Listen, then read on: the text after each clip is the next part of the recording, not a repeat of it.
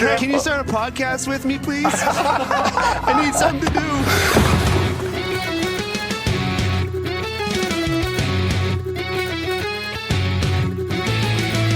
Pastrnak sent it out in front of Malkin to save. They score! Elias Lindholm looks to the heavens. Here's a chance. Potter right in, and goalie scores. Oh my, what a move by the rookie. 2-on-1. Pastrnak moving in with Marchand. Get into it. Score! The zone. Coyle dances in. Backhand score! Lindholm right wing corner. Pastrnak is there. He scores! David Pastrnak wins it for Boston.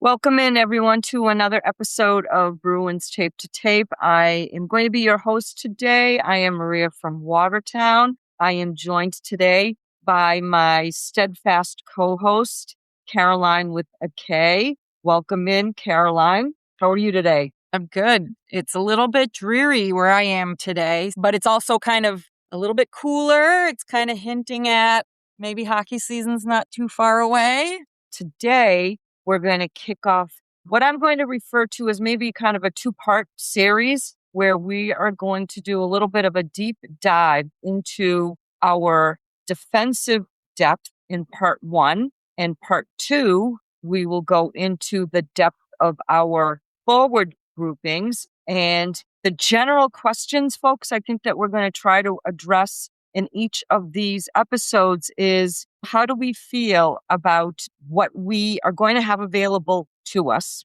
Do we feel that the needs of this team are going to be met with the players currently on the roster? And there are some spots that are likely going to be fought over. And overall, do we feel that we are potentially in a better position going into this season than we were last season?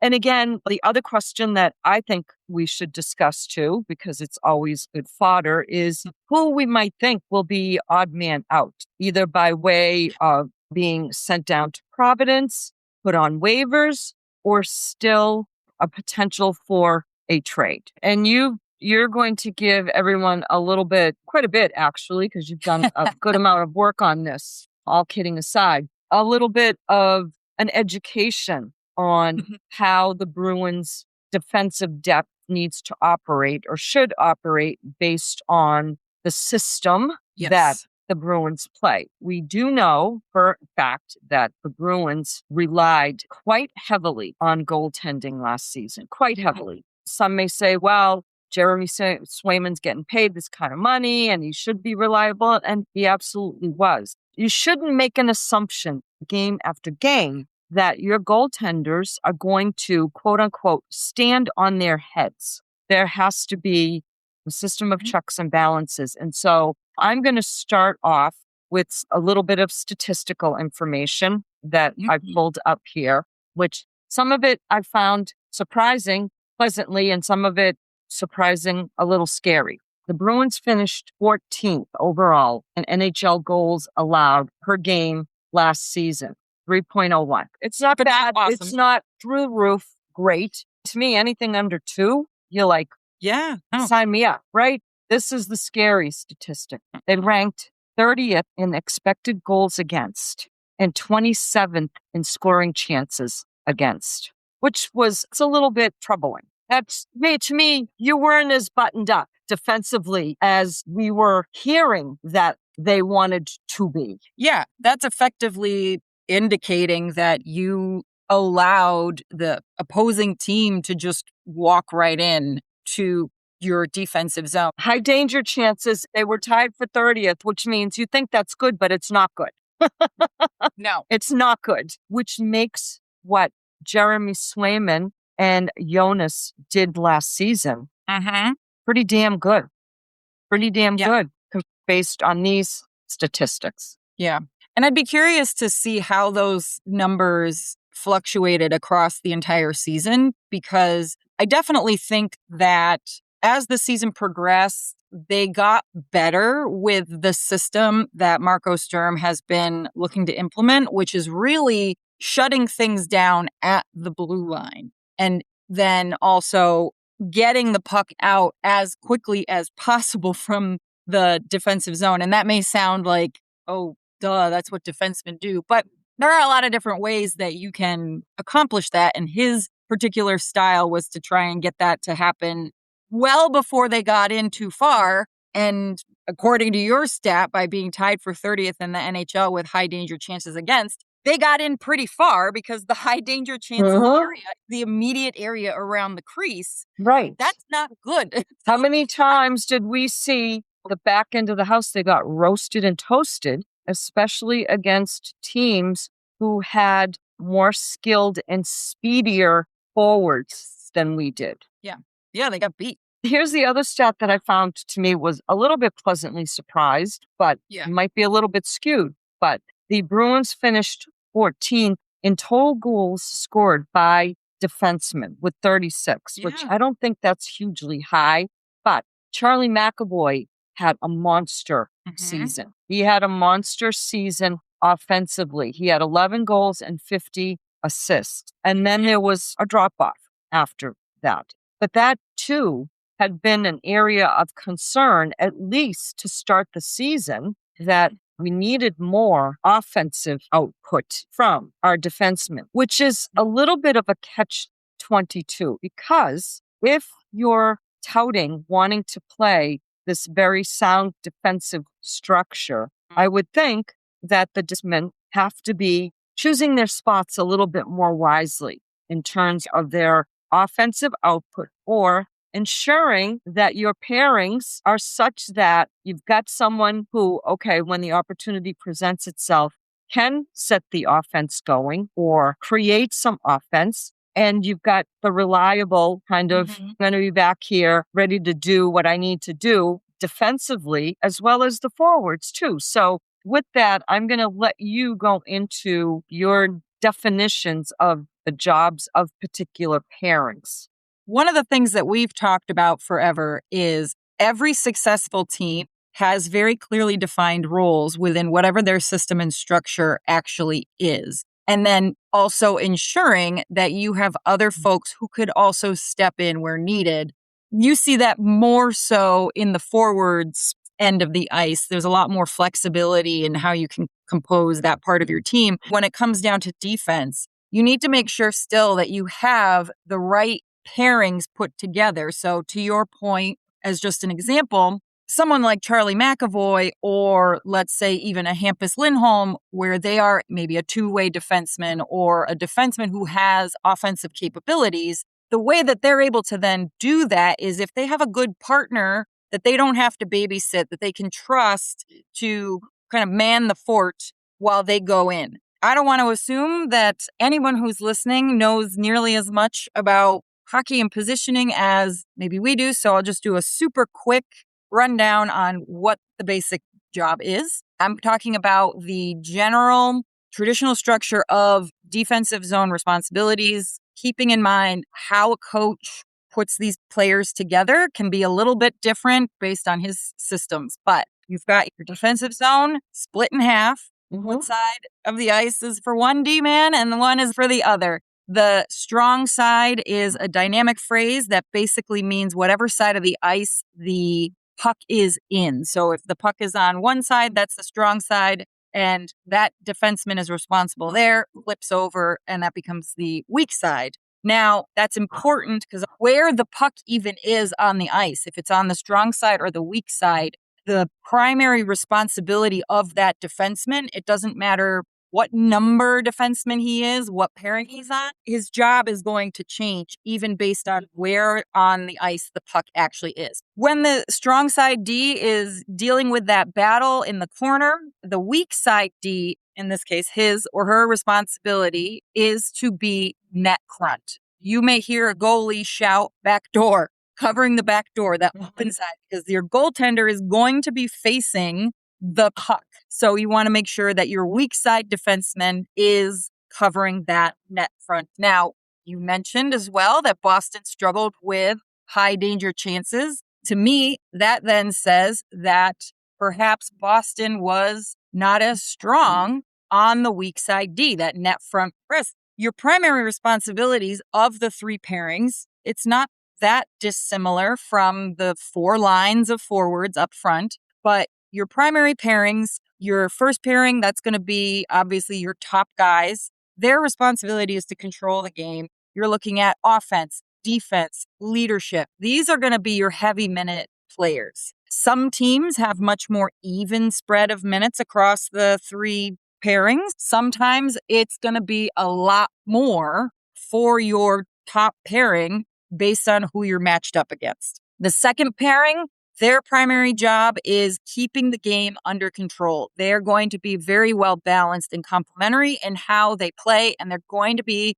very good two-way players. And then your third pairing, that's your shutdown pairing. These are your physical guys, really heavy defensive zone work, and you're going to see a lot of them also on the penalty kill. Regardless, the biggest, most important aspect is ensuring that you have players with complementary skills. You don't want to have 2 super offensive defensemen, because if the puck squirts out past them, they're going to be way too far down towards the offensive zone, and you don't have anybody to go back.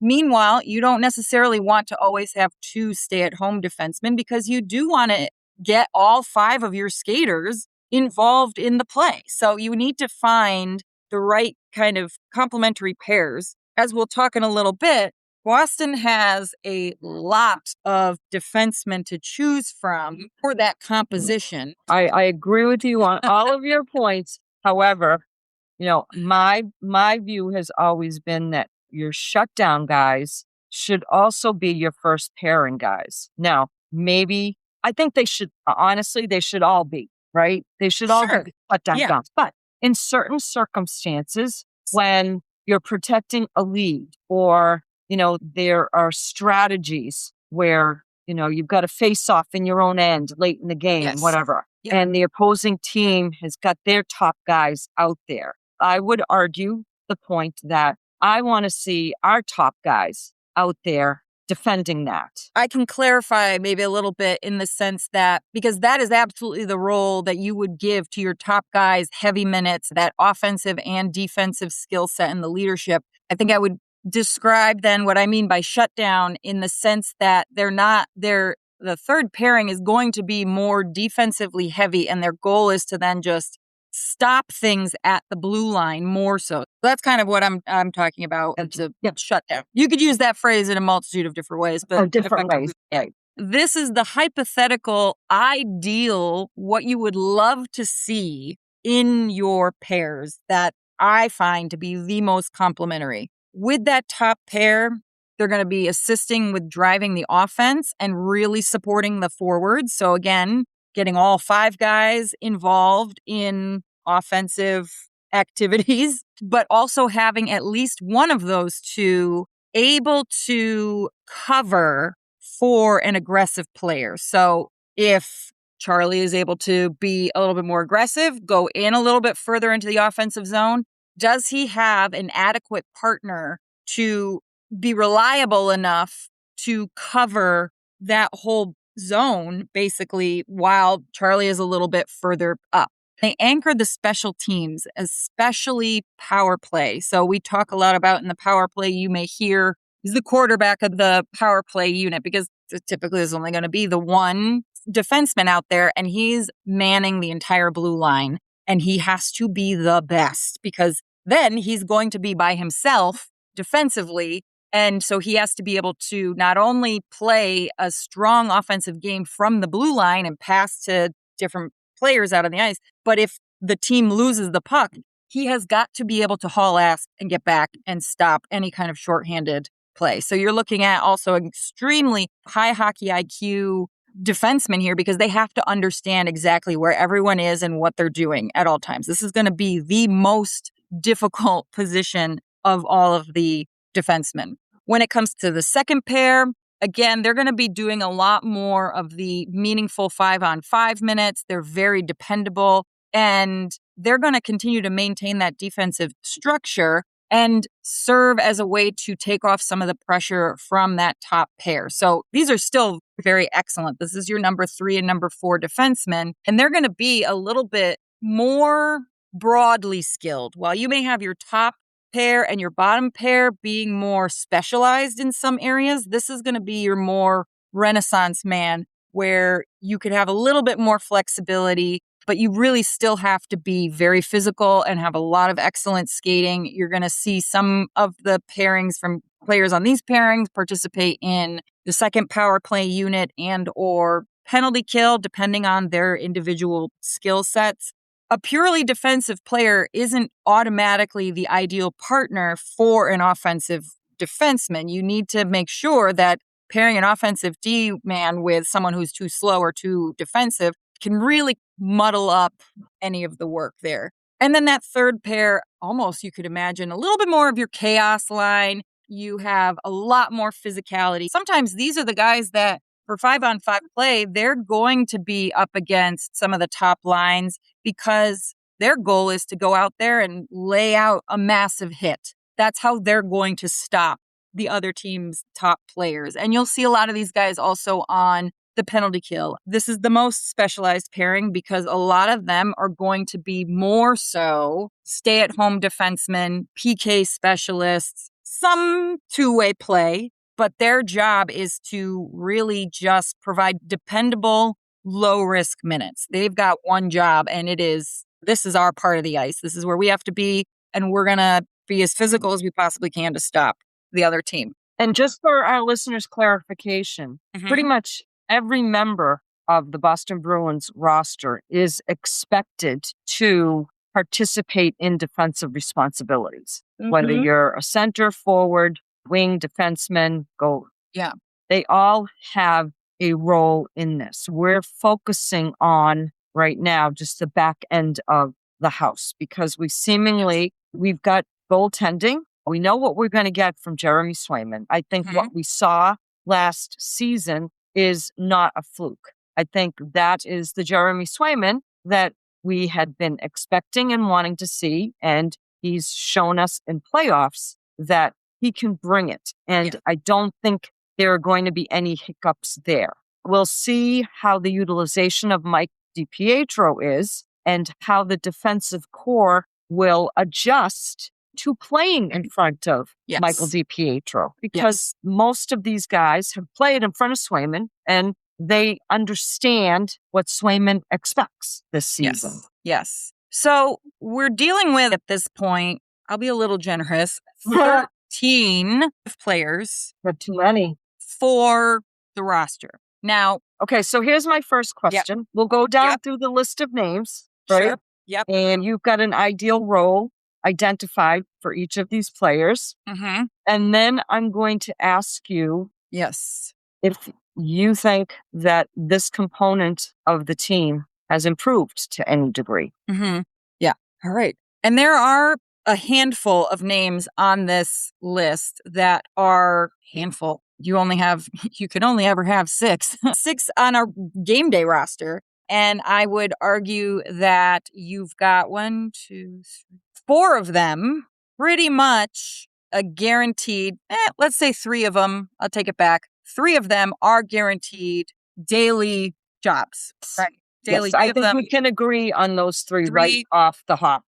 We're talking Charlie McAvoy, Hampus Lindholm, Nikita Zadorov. Everyone else, there are some that are likely to be in more than not. And then there are some that we have no idea what we're going to get because they are new. I'm going to address Mason Lohrei first because I'm going to piggyback on that when you're done. My little nota bene about Mason Lohrei, he has shown the promise and the potential to be the offensive activation D with the expectation that he fills that role on the top pairing. Instead, he has become more of an offensively inclined, high-risk puck-moving D. And that's the piece, is the high-risk part. What did I say about that first pair? They have to be your highest hockey IQ pairing. This kid does not have that, at least not yet. And in spite of his shortcomings, he is still an exceptionally fluid skater. He is very comfortable carrying the puck, creating offense, willing to be activated and dangerous. He just has to be significantly better at his positioning, his checking, and his puck decisions. But that is who he is, okay? That is the flavor of defenseman he is. You will never make this guy a stay-at-home defenseman. That's just not what kind of player he is. What he should be is, and this is all sins aside, based on how he plays the game, he should be a top 4 offensive specialist and on the power play. That he is not executing on that right now. And if he can improve those things that I mentioned, the positioning, checking, decision making, if he can get a little smarter out on the ice, maybe he's salvageable in that role. But right now, from what we've seen, he makes me nervous, and I don't like that. No, there's always some concern, not so much when he's carrying the puck, but I do agree with you. He seems to have a better level of decision making when he is focused on his offensive skills, but there's still concern about plays that he makes in our own end. And I don't think he is as strong on the puck in our corners as he needs to be in the type of system that the Bruins are playing. And I'm not quite sure if the coaching staff, i.e. Marco, trusts him in a lot of defensive situations. Now, offensively, the kid has got wheels and he's got good hands and he can shoot the puck. And after Charlie McAvoy, he was tied defensively as a defenseman with Hampus Lindholm for the second highest point totals for defensemen. Mm-hmm. And believe it or not, and you know how much I love this stat, he ended up finishing like a plus 17 for the season. Which is tremendous. Which shocked me. And he had been relegated to the 9th floor for a small number of games for a period of time to kind of take a seat back and watch, get your head on straight. This is what we're expecting from you. And at that time, honestly, there could have been a lot of guys that were sent up to the 9th floor because everyone was struggling with the new system. Okay. Everyone seemed to be having a hard time. Yeah. But what we currently have rostered, someone or someones can't be part of this upcoming roster. Well, yeah, with 13 defensemen to choose from. Let's start first with the 3 that we know are going to have full-time jobs. Yeah. Charlie McAvoy, he's your elite 2-way puck-moving defenseman. Regardless of how you feel about him on a day-to-day basis or on as a whole, he is arguably Boston's best overall defenseman. He is a top pair driver no matter where he is. He's an excellent for matchup defense, kind of like you had mentioned. You want him out there when his game is on, when he wants his game to be on, he is a top defender in the league. Although something that came out on NHL.com and across the league, his ranking was only at number 11. But again, this has been a knock on Charlie, that the expectation is that he would be a top tier defenseman in the league. Now, maybe last season was a little bit of a catalyst to that, and we'll see more of that coming into this season, in which case I'll say, all right, I might eat my words, but he has yet to show me and a lot of other fans that he is a top 5, top 10 defenseman in the NHL. Yet. Not saying he can't get there, but on this Bruins team, he's probably your number 1 guy. Yeah, and he's been known to be a huge minute eater. We've seen him many a game where prior to Marco Sturm, he's played 26, 27, 28 minutes in a game, which is absolutely absurd in an obscene amount of time. Yeah. These 3 guys that you have here are just... They eat minutes for breakfast, lunch, and dinner. They're just monsters. Yes. So Hampus, he's perfect for the second pair, primarily not because he is a lesser than defenseman, but because of his particular style of play. He is an effective 2-way puck mover. He can play offensively. He can play defensively. Definitely top 4 pair.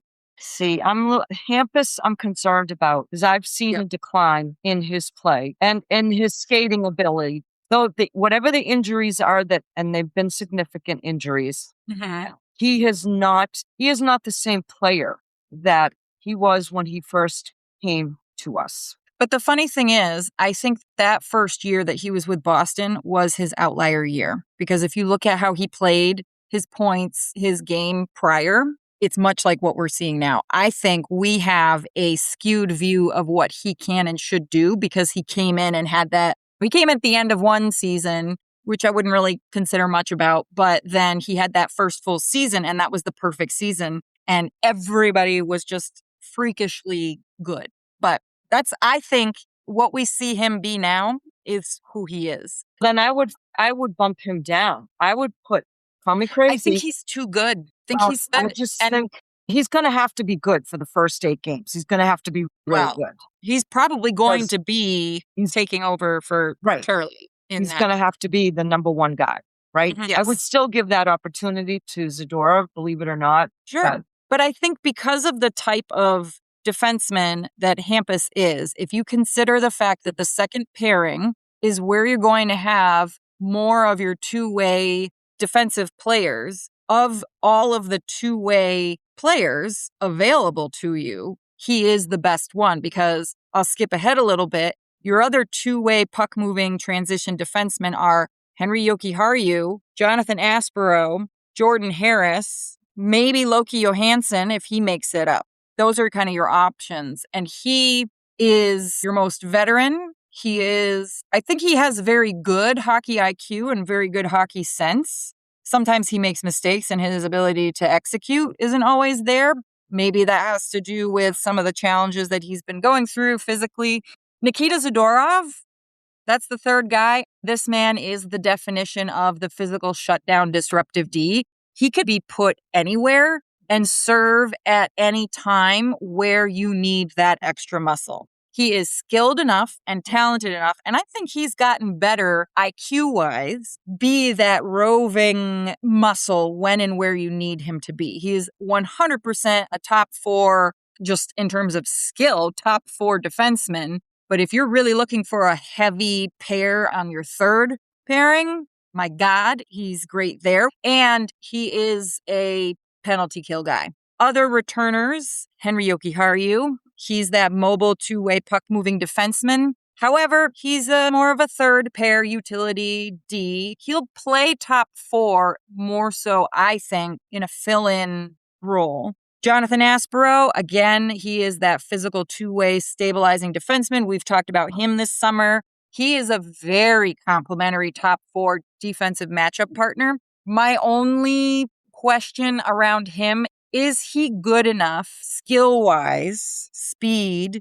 Does he have that extra talent to be able to play consistently on the top 2 pairs? If he grows that mustache back, maybe. TBD on him. And then everybody else is really new. I mean, Jordan Harris, we saw him play for just a couple of games because of his unfortunate breaking of his ankle and then coming back right at the end. You know, his particular style, he's very mobile. He's a puck moving defenseman. He brings some physicality to his game. He does. That I think the Bruins need. Yeah. He's one that could be a bubble player just because of how new he is, and nobody really knows what kind of player he is at the NHL level. But he does have that potential to, he's also very young, and, you know, he could have that potential to get up into the second pair and develop as a really good two-way defenseman. You know, we have new folks, Connor Clifton. I mean, granted, he's played in Boston before, and we had an episode about him. He's a classic pair 3, high energy, little bit of chaos, shutting down with his physicality, high pressure defenseman, penalty kill all the way. We have now Will Borgen.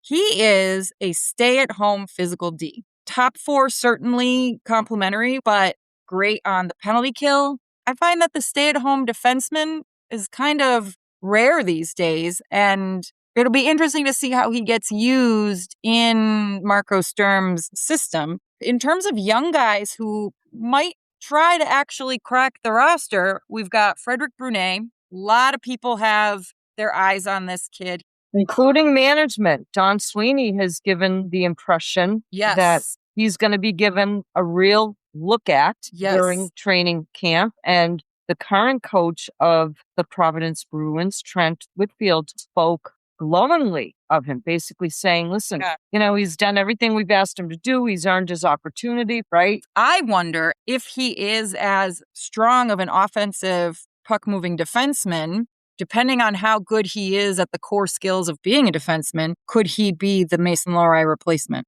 Could he execute on the vision that they had for the type of player that Mason Lohrei is, that archetype of a player? Could he be the less risky version of what he is supposed to be providing?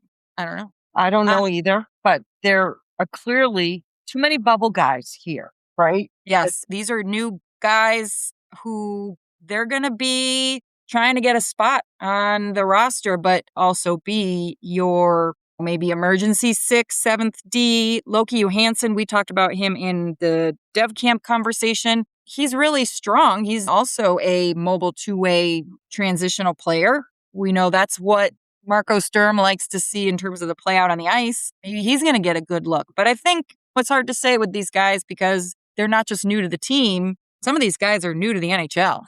My question to you. Okay. First few games aside, when Charlie's not going to be there, knowing what we have, what we want to see from our top pair, I've got a couple of options to throw out to you in terms of who would be his best, most consistent partner. If Charlie is that leader on the ice, his best traits being his skating, his gap control, excellent puck retrieval, his first pass, physicality, the rush, high-level transition player, who or what kind of style player do we think is the best matchup? We've got Will Borgen, we've got Henri Jokiharju, Jordan Harris, Frederic Brunet, Jonathan Aspirot. They all kind of have playing styles that would be a relatively good fit with the type of player that Charlie is.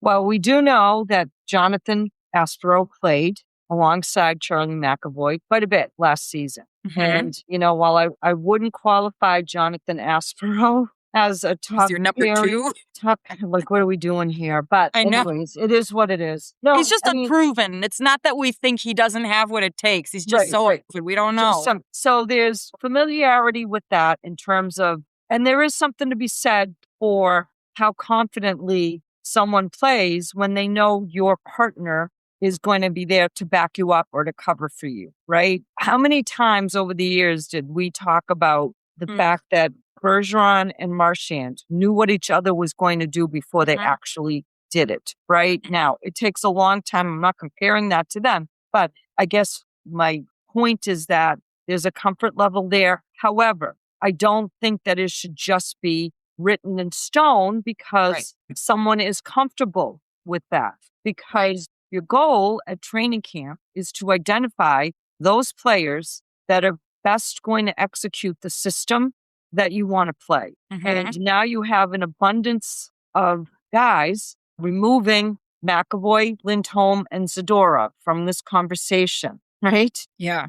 You've got these guys that you need to determine, okay, which of them is going to fit in the best spots for us and who are going to be the odd men out. Exactly. And I want to see what Will Borgen brings to the table. And I'm sure everybody wants to see what Will Borgen is going to bring to the table in terms of challenging the likes of Lohrei and Jokiharju. And honestly, I'm going to throw them all in this bubble. Connor Clifton should not be a given. I'm sorry. No. He should not be a given for, a roster spot.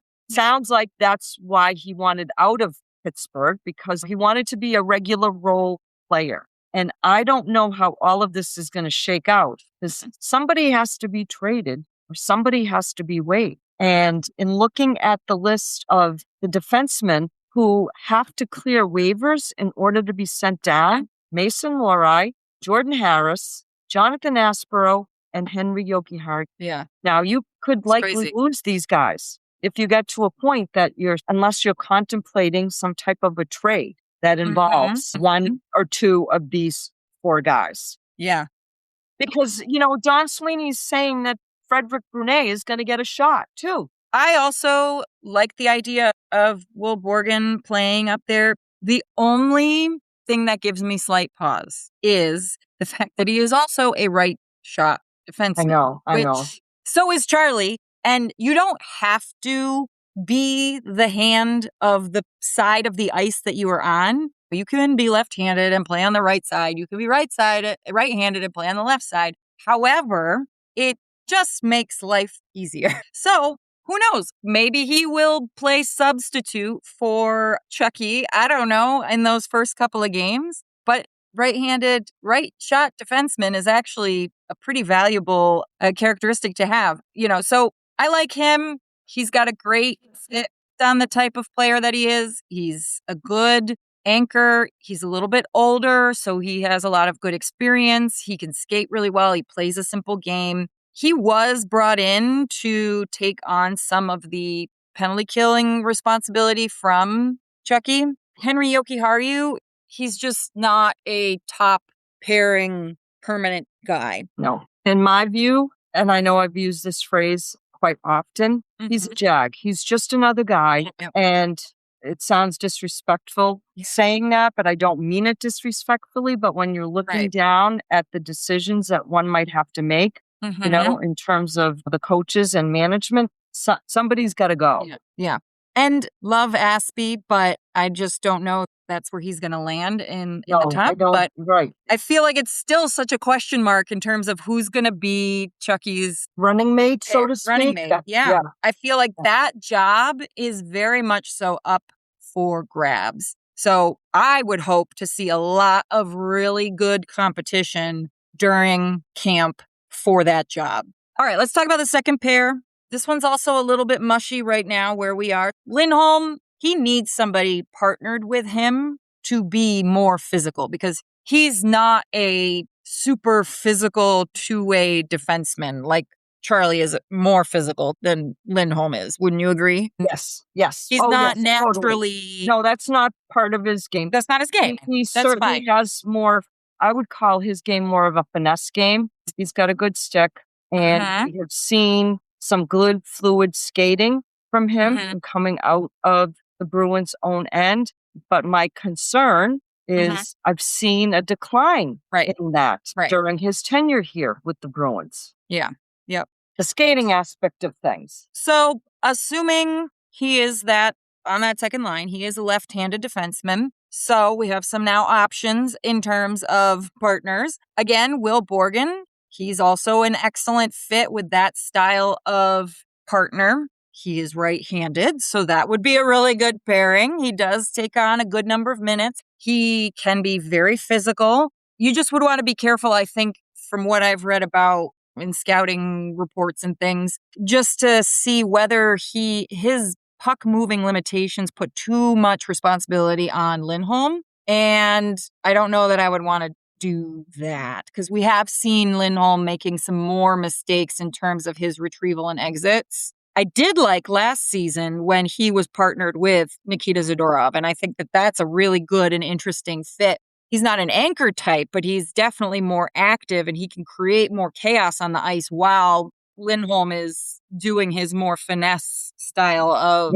I've always enjoyed watching the two of them be out on the ice together. That's probably the most likely. However, because Zadorov is such a good floater, he might not always be his more permanent partner. And I don't think Zadorov gets the credit he deserves for his skating skills and his stick handling skills. Agreed. And he's gotten better. I remember that first season. I thought it was a disaster. First season was a nightmare for everybody. It was just a disaster. But now I think he's found his home in terms of I can play my best in Boston under these defensively focused structures, regardless of who the coach is. Well, what do you think about someone like Connor Clifton being that partner on the second line for his particular style of physical play, aggressive play? With Hampus? Yeah. Yes.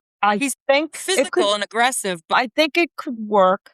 I just worry about Connor Clifton's game has sometimes been a little chaotic. Yes. For lack of a better word. So if he can rein some of that in, I think it would be a good offset of Hampus not being that physical aspect, not being a regular part of Hampus' game. Clifton is aggressive, not just physically, he can be aggressive, but also he is very aggressive in the pursuit of defense, meaning he's really good at gapping up and getting back into position, but he can get out of positions. Could he fill in there if Zadorov had to be moved down or up for a particular matchup? I think he would be successful there, just not long term, I think.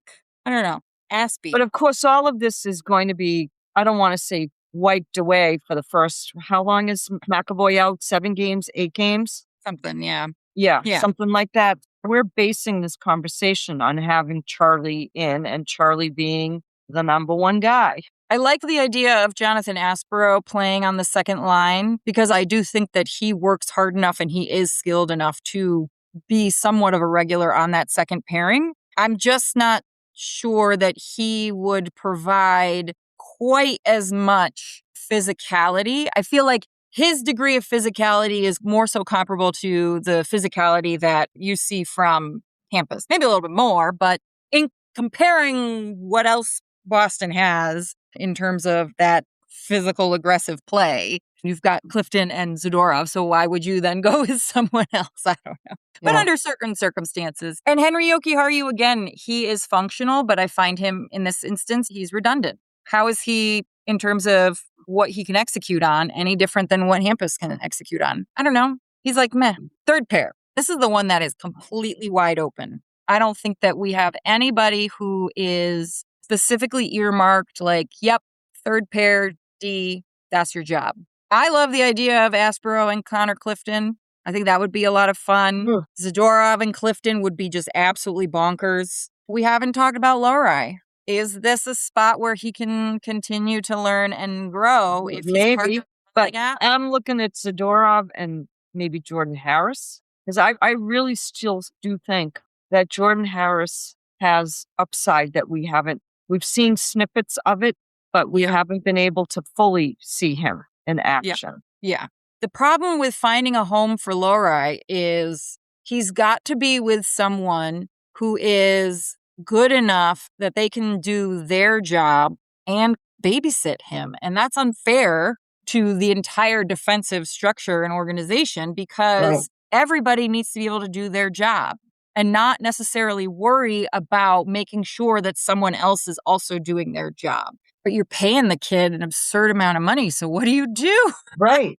I don't know. But if you think about what Boston has, what the competition is offering, a lot of these other teams like Carolina, they are the model for complementary pairs. They won the lottery in that regard. Colorado, that is the gold standard because you have Cale Makar and Devon Toews. How could you possibly compete with what they have to offer? They effectively are what we would want to see Charlie McAvoy get in terms of constructing a defensive core around your top player. They have that. I think Boston has the good ingredients, but can they find the right mix? And we've been focused exclusively on the defensive component of this. There is still the offensive component of production from your defensive core. And again, I think it was highly skewed last season because Charlie McAvoy had a career year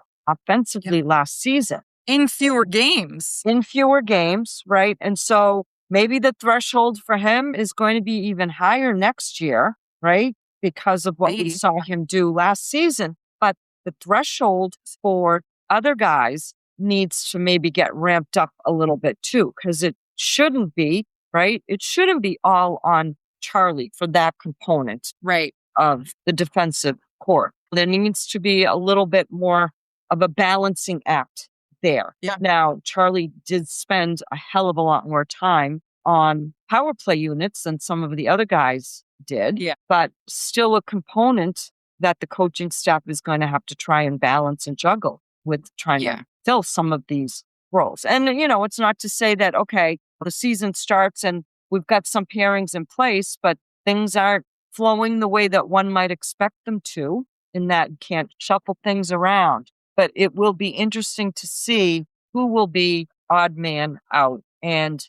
how that takes place, because it would be not a good look on the part of Don Sweeney if any of the guys that I mentioned earlier who have to clear waivers and you lose them for nothing. And that would be Mason Lohrei, Jordan Harris, Aspirot, and Henry Jokiharju. It might happen, and if it does, it might leave a mark. Yeah.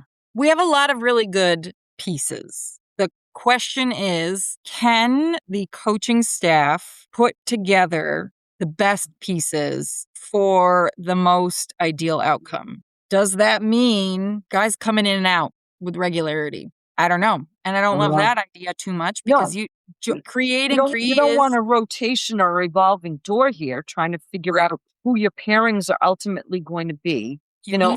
Right. And my reality is I wouldn't call this a significantly improved defensive core from last season. I would not. No. You still have too many unknowns. You have a lot of guys, but very few absolutes, unfortunately. And so I think we're going to be spending the first month of the season. We're going to have to keep a close eye on these different players and see how they are working with the partners that they have, and can they get the job done. And I don't like that feeling, Maria. No, we've seen, it seems like, what are we going into the third season now of this? Do we know what we even have yet? And the answer is still not really. Not really after your top guys. And we'll get into that in more depth when we talk about the forwards. But the one thing you can say, there's going to be no shortage of competition, I would think, in training camp for spots. Yeah. So with that said, do you have any closing thoughts, my friend? Excellent work by you on your breakdown. I appreciate it. We're in better shape and worse shape than I thought. Welcome to the life of a Boston Bruins fan these days. Well, we will post on our Substack a little bit more of this in depth, because that was a ton of information that we had. So let us know, who do you think would be the most ideal pairings going into that's season? A great exercise. Yeah, I'd like to hear our listeners' thoughts on their projected pairings as well.